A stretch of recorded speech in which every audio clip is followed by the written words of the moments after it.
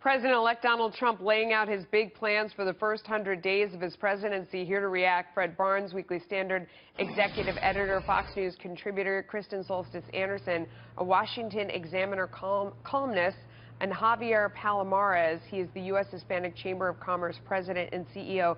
Thanks to all of you for joining us. Fred, let me start with you. I mean, what do you think of the plans that you have heard so far? I mean, one thing that he didn't mention in there was immigration. After so much focus on that, you know, he made one mention of he'll direct the Department of Labor to investigate all abuses of visa programs that undercut the American worker, but then nothing else.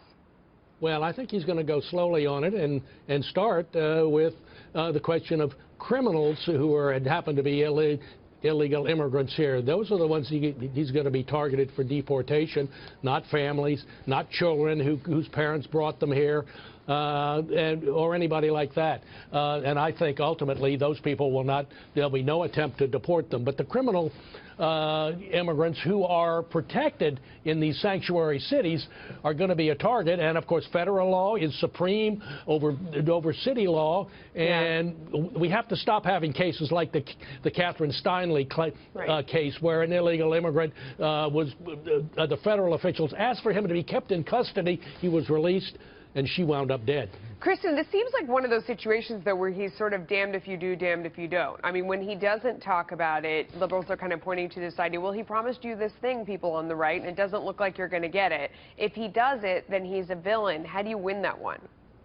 Well, this goes back to that line that people have been saying about Trump, which is that his supporters took him seriously, but not literally. So things like the fence, the wall, when it turns out that parts of the wall may be a fence, you know, reporters say, look, he's breaking a promise. But I think a lot of Trump supporters say, you know, is he keeping his promise to secure the border? If it's a fence, if it's a wall, as long as the border's secure, the outcome is what matters. Yeah. So he is in, I think, a tough position if on some of these things, if the wall becomes a fence, becomes a virtual fence, becomes nothing, then I think he runs into problems. But he's still got 60 days before he even takes the oath of office. I think, you know, there's time for him to still sort of figure out how can he implement some of the things where his slogan may have only been a couple words. The policy will have to be more detailed. Javier, it becomes sort of a Rorschach painting where everybody sees in it what they want to see. What do you think? What do you see? You know, three observations from my conversations with specifically Michael Cohen on the Trump team. We've been having conversations for quite a while now. Three things that I think are very encouraging for me anyway. First, they have been more than willing to talk. They have been more than willing to listen to our concerns. We're hopeful that we are offering some insights that will help inform their strategy, particularly on immigration and other things.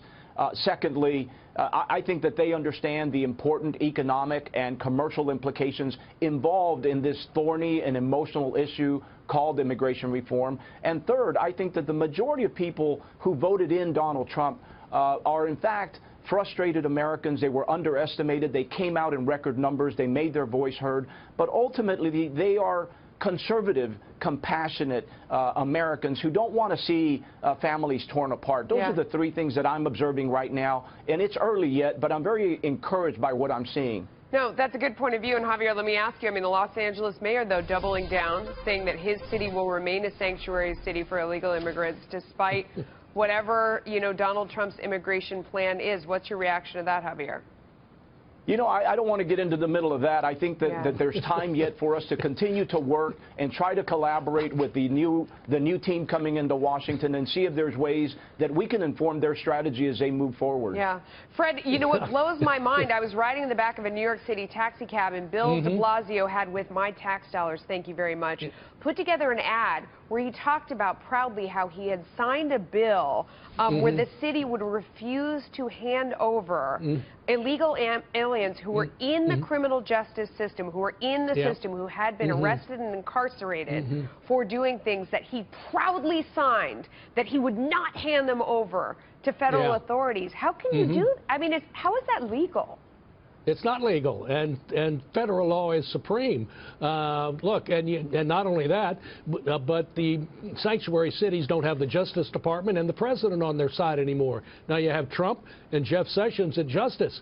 And so, look, that's just not going to go on. I think de Blasio, like governor of Los Angeles, are going to fold when they have to, particularly when faced with the threat of losing some federal funds. Yeah.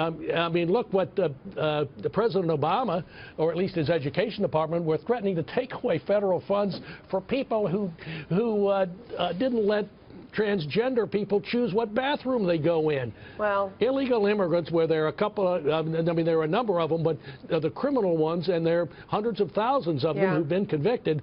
They're more important dealing with them than the bathrooms are. Kristen, I wonder what planet I'm living on when I'm watching an ad that I paid for with my tax dollars where my mayor tells me that he's going to defy federal law. What planet is that? It's certainly not one that I think a lot of voters would agree with. I mean, in polls, you typically see folks not necessarily wanting to deport everyone who's here illegally. You do tend to see support for some kind of pathway to legal status for those who play by the rules otherwise, who pay back taxes, things like that. But in these specific cases, I mean, this is why I think a lot of folks don't feel a lot of trust in the current system.